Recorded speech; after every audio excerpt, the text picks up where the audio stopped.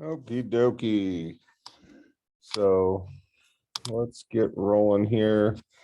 I'll hit a couple of slides, just bookkeeping stuff, because I'm guessing Blade didn't cover like course breakdown and stuff on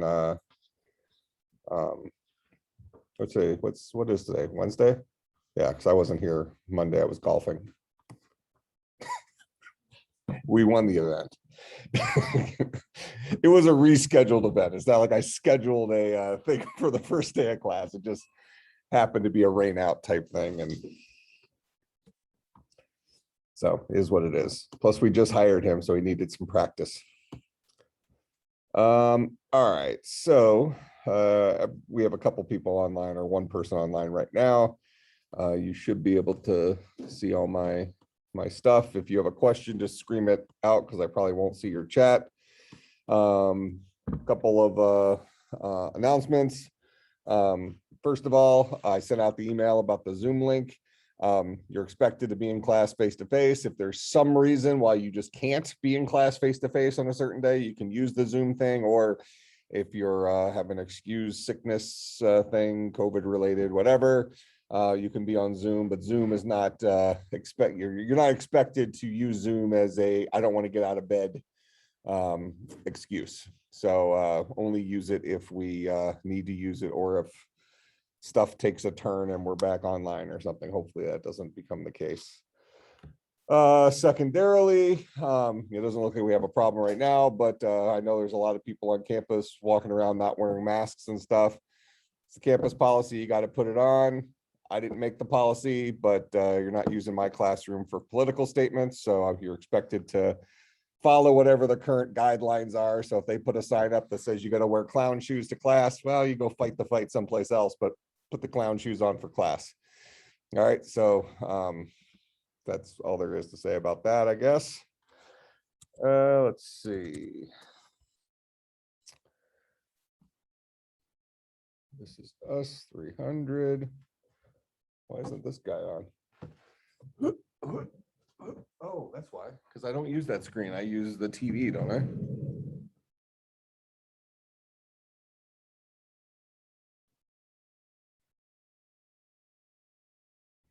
I want to make that go up.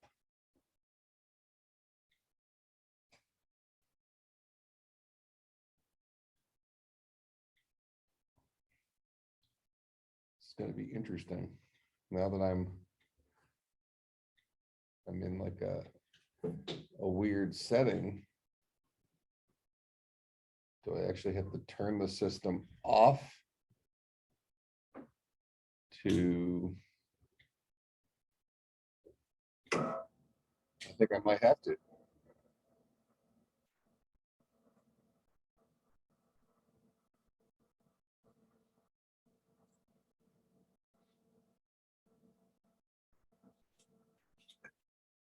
Now, what is interesting is that screen still on too? That one's not on, but that one's on, that one's on. Whatever. As soon as this thing finishes shutting down again, I'll turn it back on and see what happens, but at least we have this one gone. Grading scale, 10% Bible homework. Those assignments will be up sometime before the end of the week. Historically, I've done like Bible readings every single week, and it's due like midnight on Sunday. This semester, I'm going to do, there'll be 3 kind of larger Bible homework assignments. All of them will be due by the midnight Friday of finals week. So you have the whole semester to do it. I encourage you to do the readings on a weekly basis. That's kind of the point of them, to include a Christian worldview into the class. But if you want to wait till the very end and do them then, or you want to get them knocked out right now, you can do that. But they'll be up sometime here in the next week or so, and that is 10% of your grade. So make sure you do that. Just monitors. Of course, that just goes off now. What books are we covering this semester? The who, what? What books in the Bible? Oh, I don't know. I'll probably roll the dice.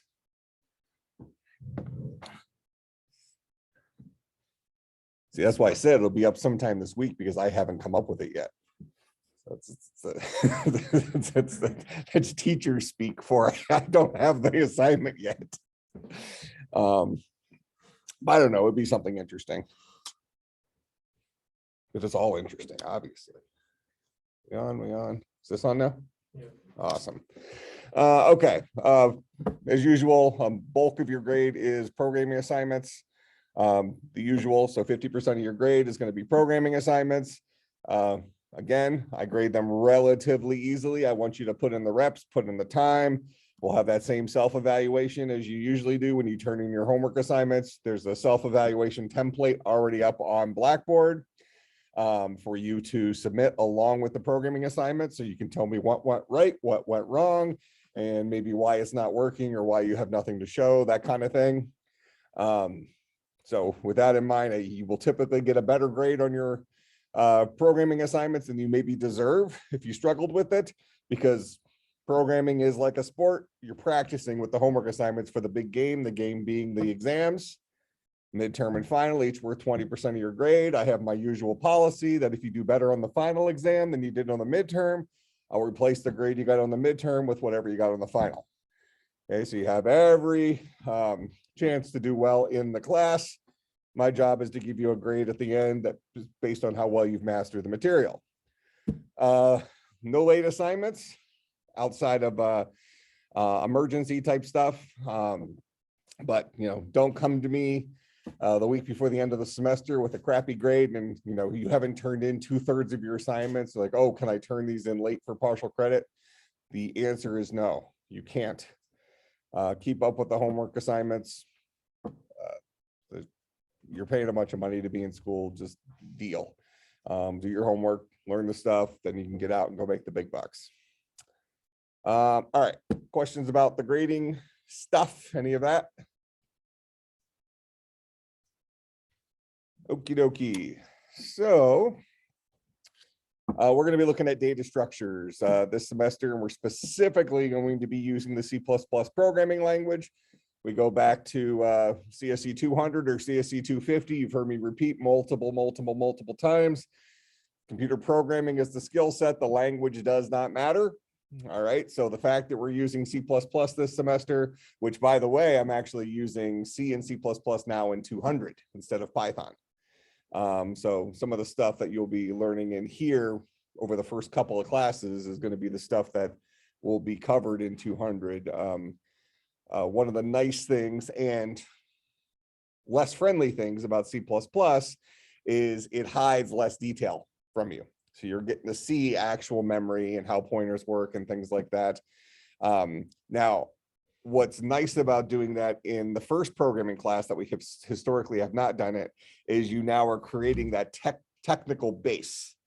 Whereas a computer scientist, you now you understand memory and pointers and things like that right off the bat. So then when you get into that second class and we use Java, you now appreciate what Java is doing for you by taking some of that heavy lifting off of your shoulders, so you can focus maybe more on the solution than on the technicality of it. I guess I related to something along the lines of, if you learned how to drive with automatic transmission and then somebody teaches you how to drive stick shift, it's maybe a little bit more difficult to learn. Whereas when if you first learned how to drive with stick shift, then you appreciate what automatic transmission is doing for you, with not having to play the clutch game and all that stuff.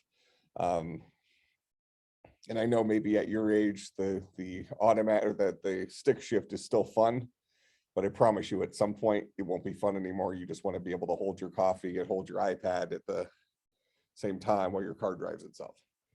It's a Tesla joke. All right. So in any case, here's kind of our breakdown of where we're at here. We're going to be working with this language right here.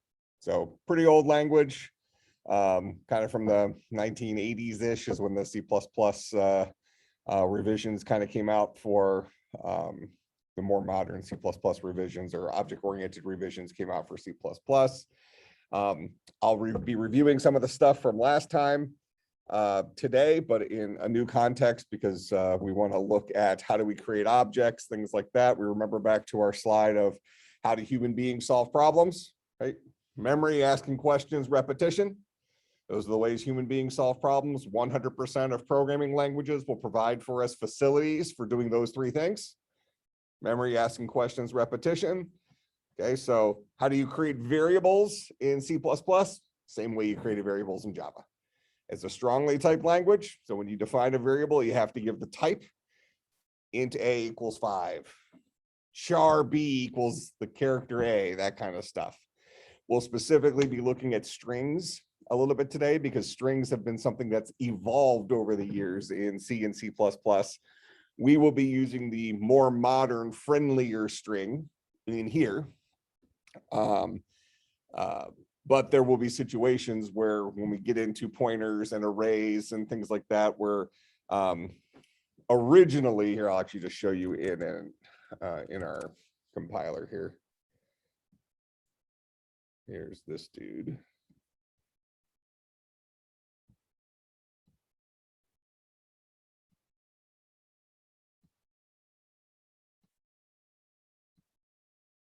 Can I slide that over? Oh yeah, nailed it.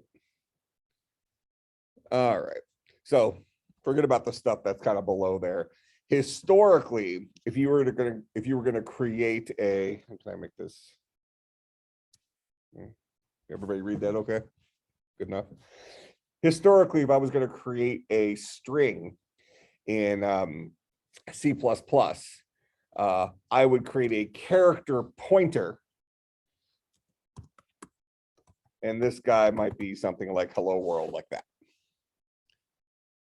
All right. What is a string? A string is a collection of characters. It just so happens that a string like this happens to be represented kind of like arrays are represented in that. And if you remember back to 200, we talked about that where arrays are stored inside of contiguous memory right next to each other. So under the hood here, this is bucket 0, bucket 1, bucket 2, bucket 3, so on and so forth. This creates a character array in memory where bucket 0 lives at the base address of this array. Bucket 1 lives 1 bucket over, 1 byte over from that, 1 byte over, 1 byte over, 1 byte over. So this is all stored in contiguous memory. Now, this is all fine and good. This doesn't seem like it's that big of a deal to define strings this way. But the downside that people who wrote programs using older libraries in C and C++ was that you didn't have these nice convenience features for working with strings, concatenating them to other strings. We're used to just putting a little plus sign, you have one string, you have another string, you put a plus sign between them, now they're glued together, no harm, no foul. That didn't exist in C++ until much more recently, where we brought in the string object library. So in the early days, we just had char pointers. Then we had this thing called a C string. Then we had the standard template library that introduced some kind of more powerful string functions, but they were still functions that applied to strings. Now we're going to actually be using the string class, which gives us strings that are significantly closer to strings that we're used to in Java. All right. So one of the things that you're going to be dealing with here in the first couple weeks of the class as you start doing some C++ stuff is kind of just getting used to those nuances of the language that deviate from Java. But keep in mind, going back to the slide here, Java is just one level of evolution ahead of C++. So Java came directly from this language. So you're going to see a whole lot of similarities between the languages. It's not going to be like learning something from scratch. So really the terrifying part is going to be working with memory addresses, and we're going to look at that some more today. Okay. So one of the things we want to talk about today, just to give get us our skills set up for this, is how do we create classes? How do we create objects? Now, generically speaking, when we're do something like this, we're going to say the objects in C++. Now, it's not required to do this, but it's common to do this. So if we say objects in Java require a single file with a class defined in it, right? So if we create like public class person, then we have all the stuff with, we have our private fields at the top, and then we define all of our methods, that kind of stuff. You can do that in C++, but it is not the common way that C++ objects in C++ are typically written. C++ commonly uses something called header files. And there's a good reason for this.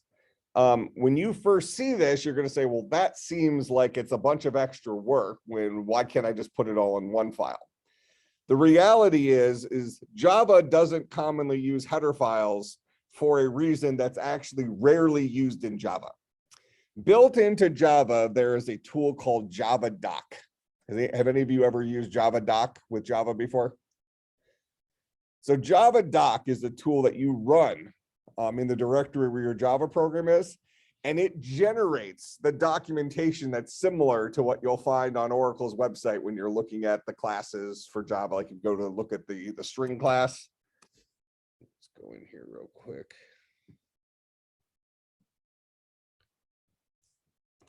Java string class, for example. Something that looks like this. Actually, it'll be this guy here. The field summary, the constructor summary, method summary, all this stuff. This, what you're looking at right here, is in the format of Javadoc.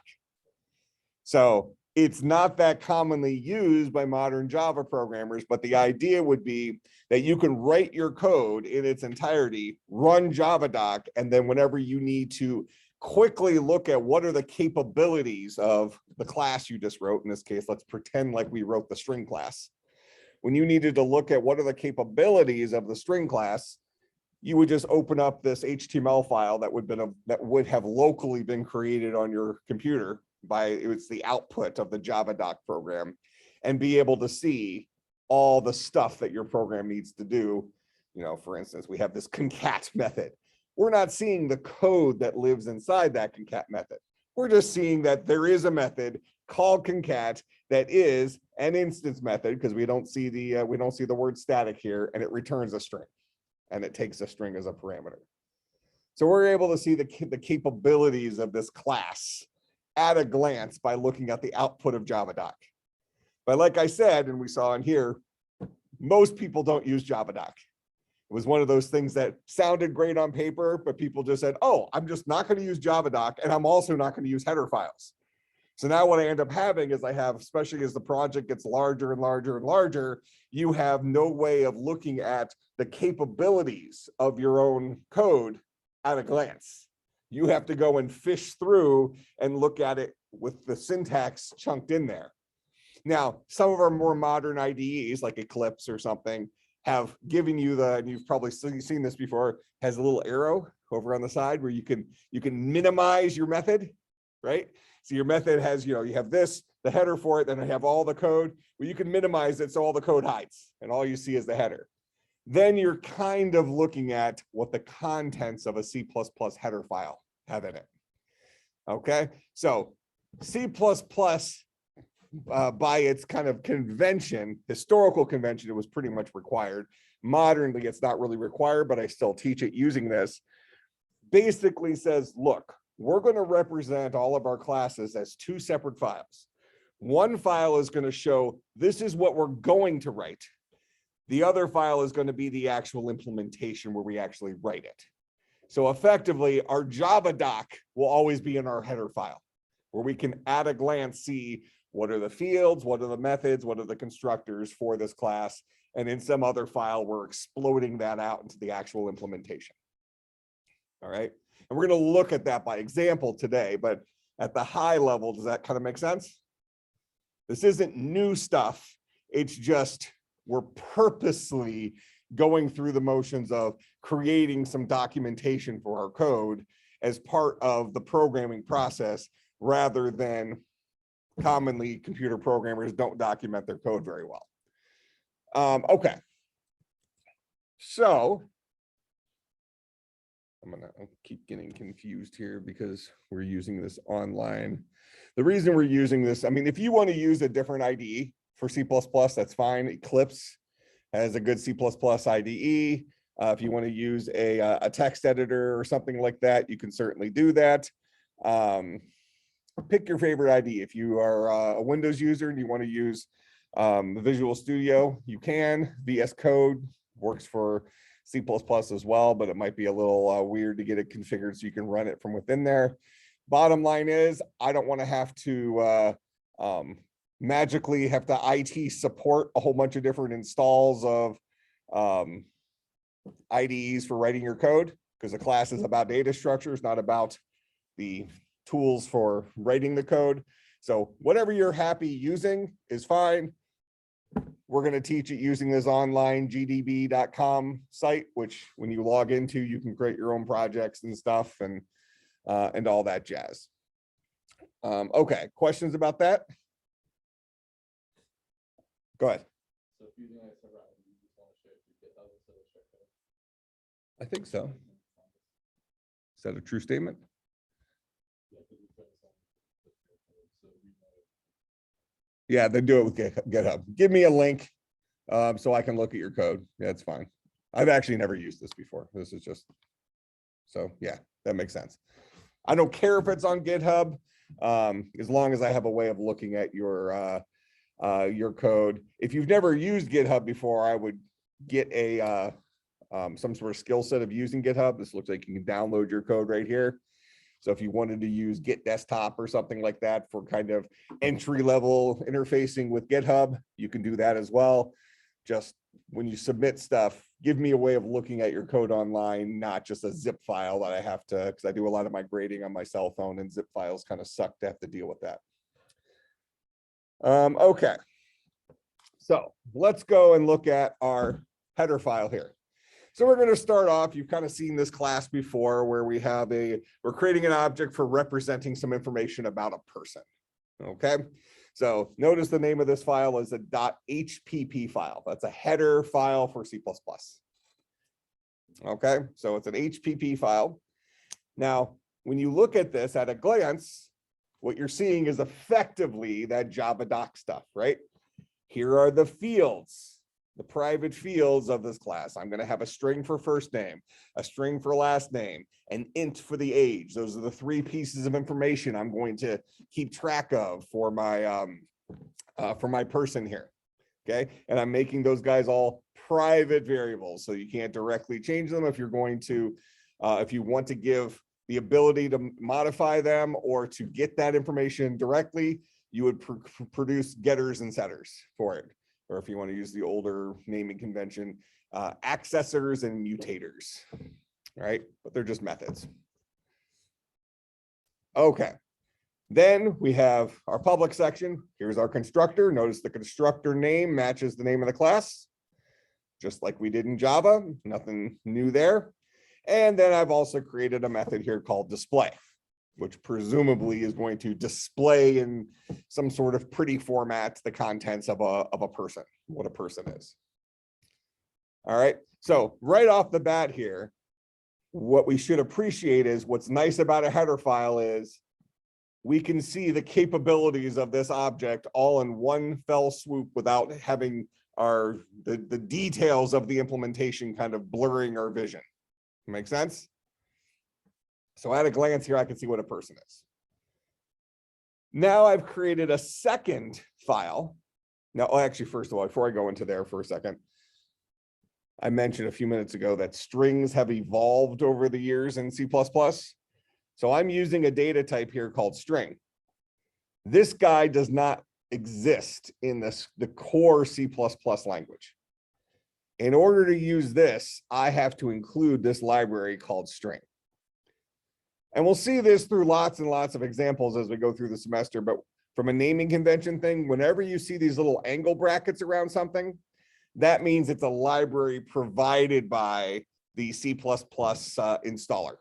It's not something you wrote, it's something that's part of the C++ language. It might not be part of the core language that's automatically brought into your program, but it is part of the language that is available to you that you can include. Includes are kind of like imports in Java. So I'm including the string library.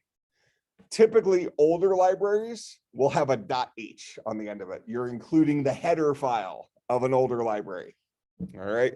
Newer libraries operate out of something called a namespace. So this brings in the namespace that is the string library. All right. And that's actually a partial lie. It's the supporting structure for the namespace, because you would still have to do this next thing down, this using namespace here for it. And I'll explain that in a few minutes when we get to it. All right. But in order for this to not give you a compiler error, you need to make sure you've included the string library. That's what teaches this side about the existence of that string library. Okay, so at a glance, we have a class with 3 fields, 2 strings and an int. And then we have the promise that we're going to be writing a constructor and then a method. Now we've created a second file here called person.cpp. In this file is where we actually implement the stuff that I've said I'm going to implement here in this header file.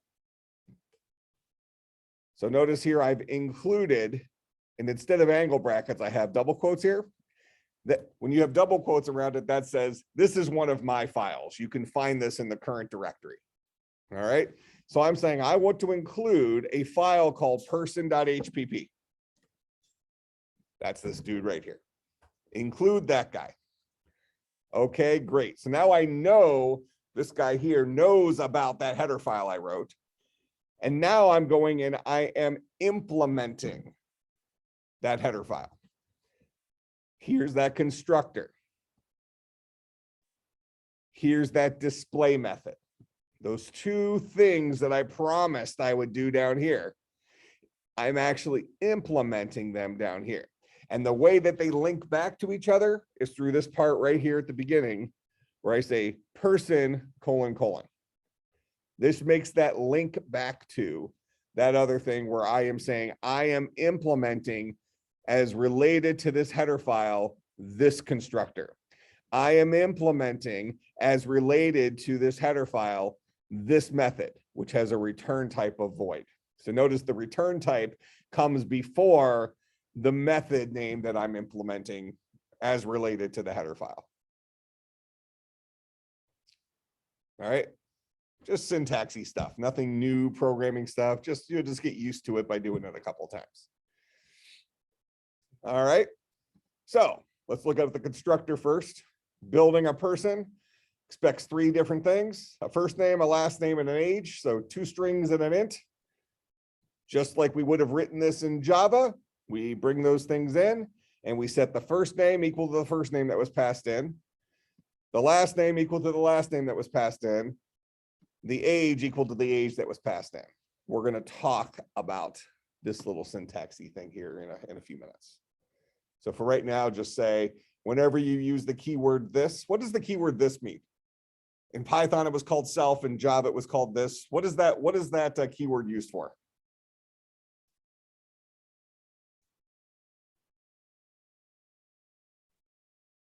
We already all know the answer to this. This isn't a C++ question. This is an object-oriented programming question.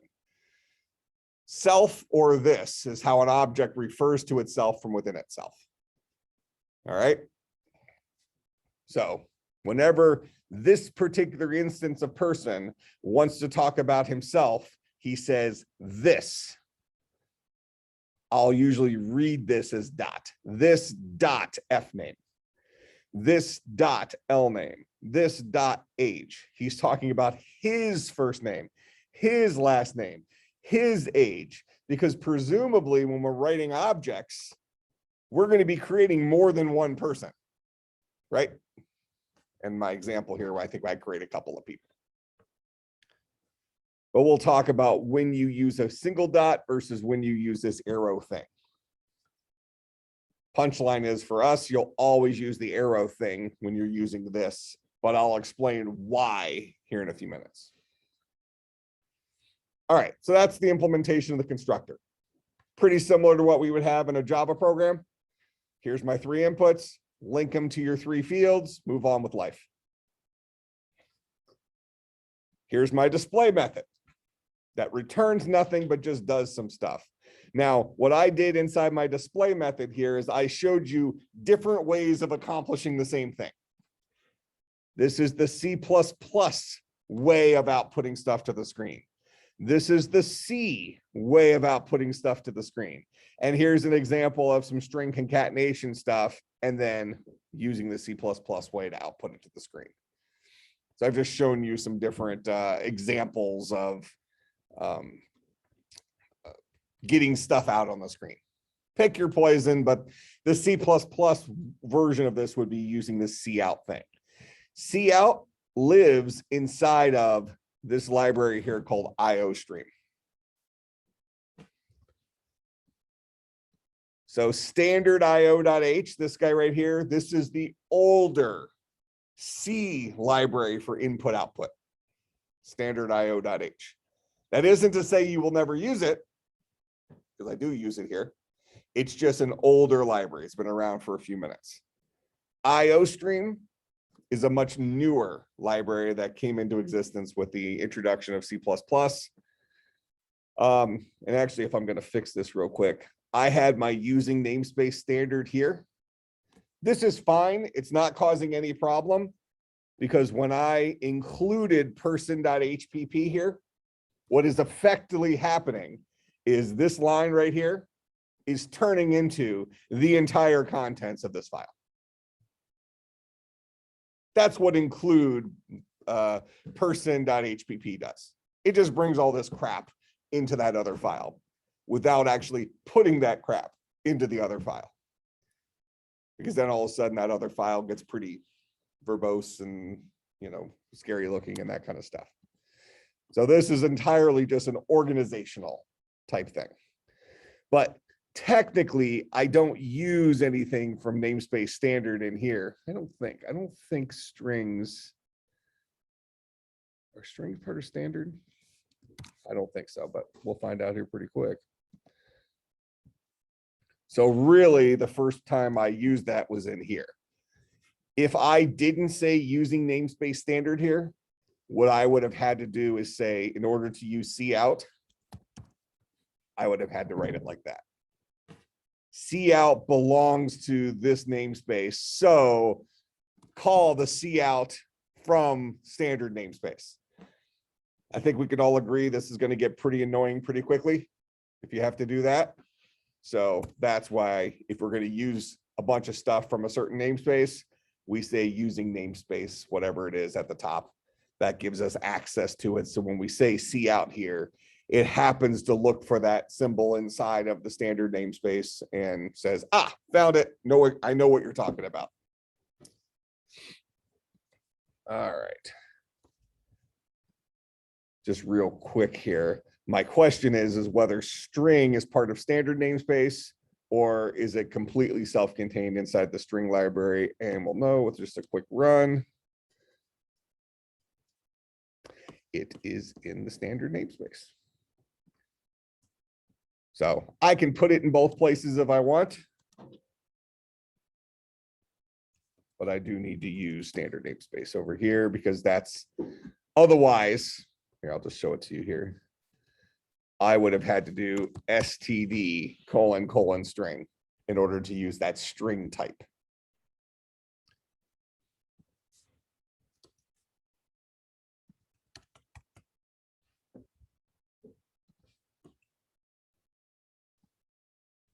All right, and I can put using namespace standard here if I want, but I actually don't have to because it came with person HPP. This entire file gets pasted into the top of this file when I include it. So you do have to do kind of a little bit of maintenance type stuff. And something I'll introduce later on as our programs start getting a little bit bigger is you actually have a compile time directive in C++ called if and def, if not defined. So what you would do is you might have a whole bunch of these header files included at the top of your file. Well, you might have a circular relationship where you include a header file, which includes another header file, which includes the other header file. So you might have this effectively infinite loop of include statements where when you compile, it's not able to successfully compile because it keeps trying to paste another thing in up top and it keeps following its own self. So the protection against that is you have a compiler directive that you would basically wrap all this stuff inside of like a little statement that says if ndef, if not already defined, define these things. If it is already defined, don't waste your time. So it's kind of like your catch-all. But before we end up talking about that, we'll keep it small enough where we'll know that, you know, you wouldn't want to, if I want to,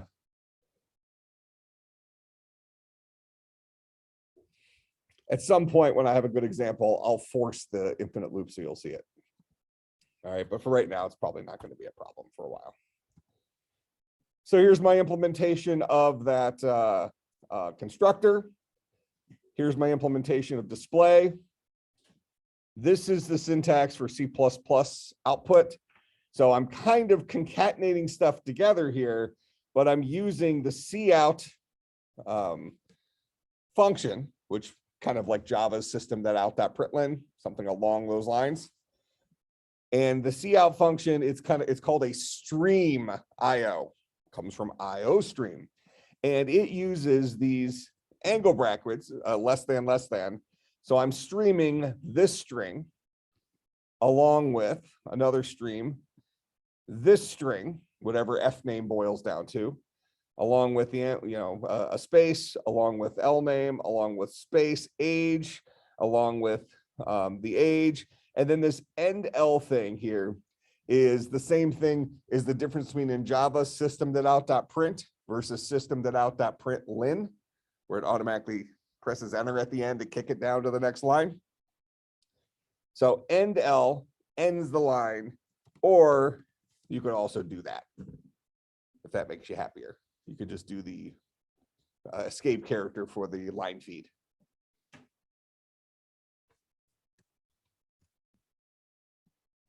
All right, so this would be C++ style output. Now, if you want to use the older library, which actually does have some advantages, you would use Printf. Printf uses what's called a formatted string. So notice instead of having to string a whole bunch of these streams together or string a whole bunch of this, here's your concatenation type of syntax that we've seen before in Java and Python. Instead of stringing all those guys together, you can actually just write your entire output right here. And you put little placeholders in. This is a placeholder for a string, a placeholder for another string. This is a placeholder for a decimal value. So you can write your formatted string and then give it the input over here. So for printf, I'm saying my name is :space some string, and that string happens to be this .f name. Now, this .f name isn't good enough though.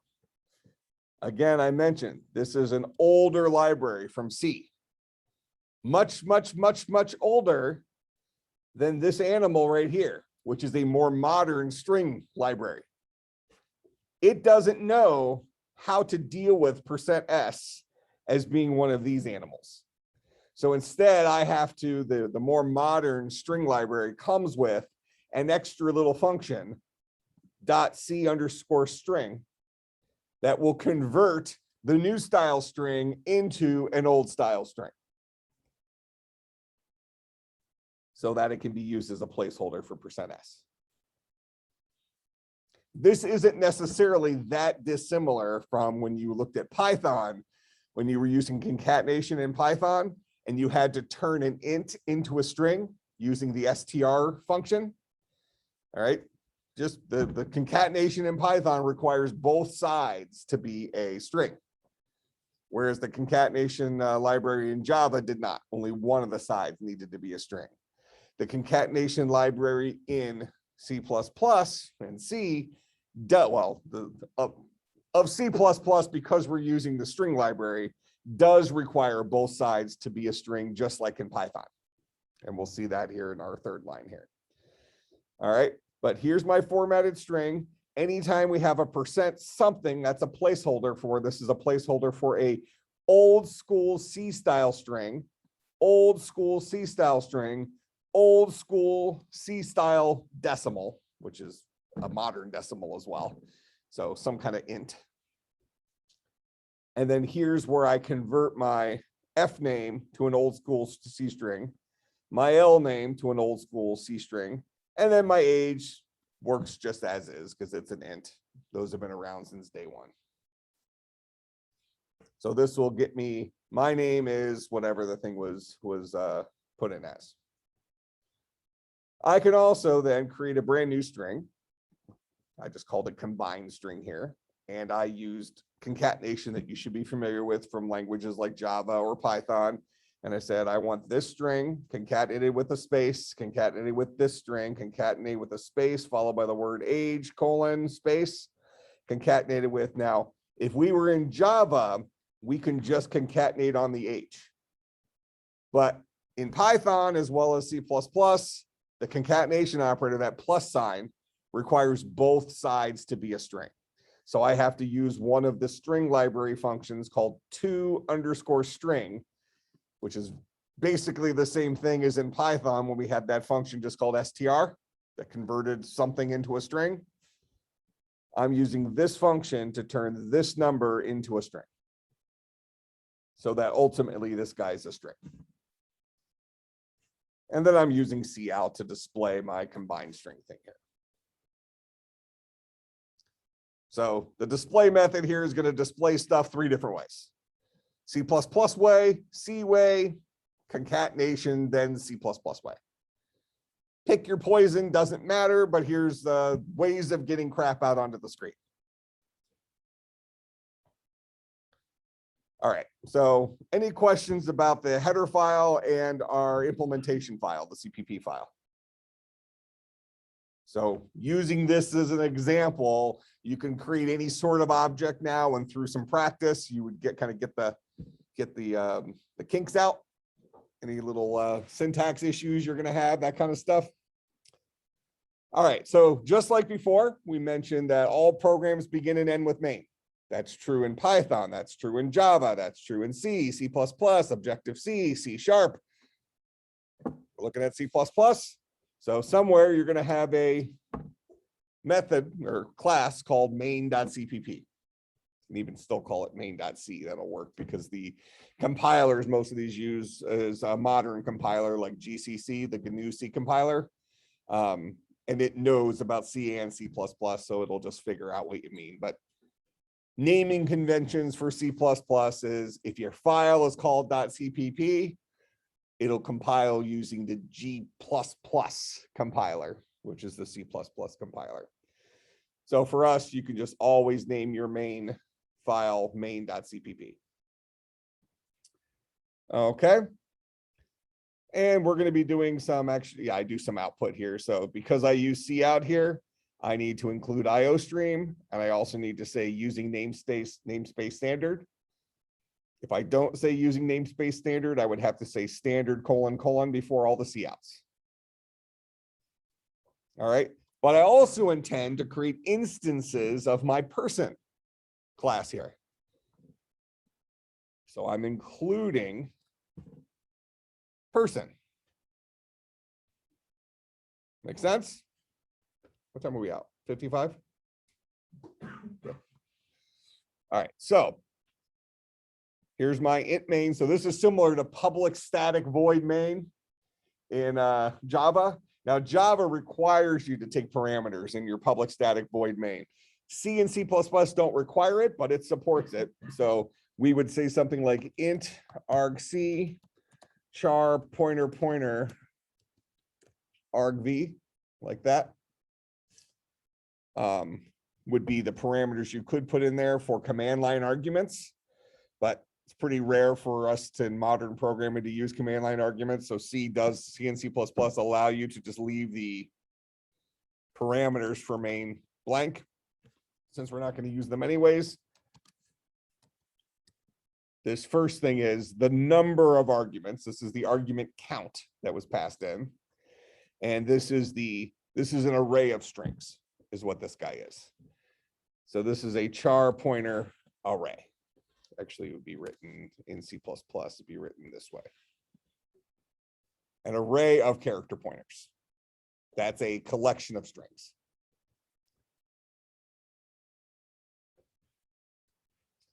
All right, but looking back to kind of what Java might look like, I've already created my header file for person and my implementation version of that. Now I'm going to actually I'm going to create instances of my object that I defined. So I'm going to create a person pointer called P. Now this is nothing new except for the syntax. Remember when we were looking at Java and we created an instance of a class, and then we went and did a system.out.println on P, for example. So if I was in Java here, I would basically say exactly that. That would be the Java version of that line, right? All I've left off is that little asterisk thing, the thing that's going to haunt your dreams for a couple of weeks. All right, because that syntax can be a little scary.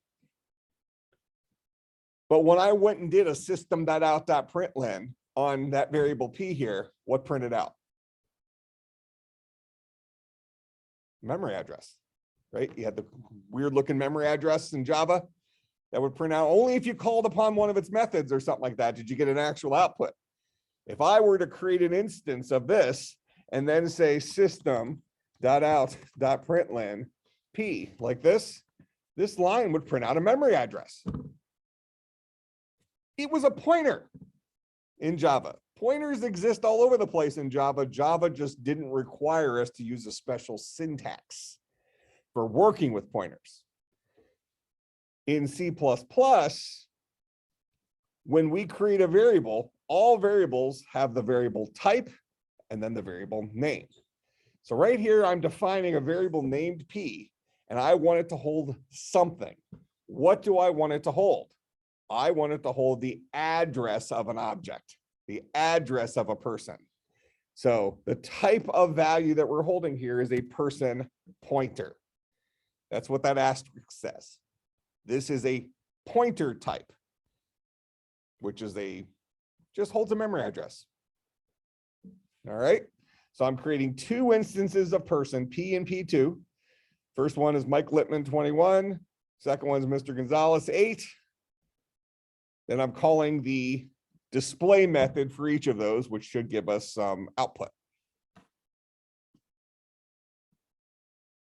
Go ahead and run this guy. So there's my, remember my display method prints stuff out multiple different ways. So here's my first one. This is C++ style output, C style output, and then the concatenation thing. C++ style output, C style output, concatenation thing. All right. So working pretty much the same as we would see in Java, right? We just have a couple of extra little syntax nuances there that we just have to get used to. All right. So now our last thing today, just to our last minute, is I'm showing you what the output of P and P2 is. So we already covered like that P holds a memory address, P2 holds a memory address.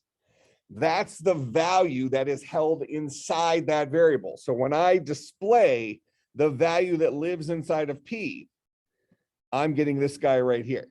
That is the memory address where this person lives in memory.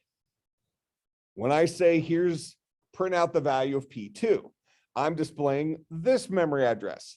That is the place in memory where this person, this object actually lives. But here's that other syntax. When I use the ampersand before it, I'm saying, give me the memory address of P. This is the value of P. This is the memory address of P.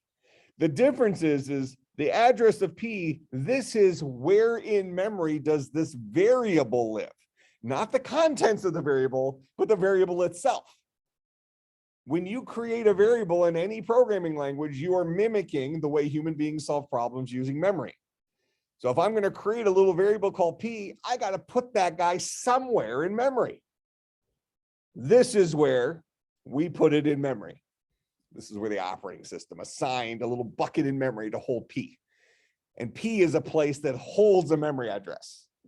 So this is the value of P This is where P actually lives in memory.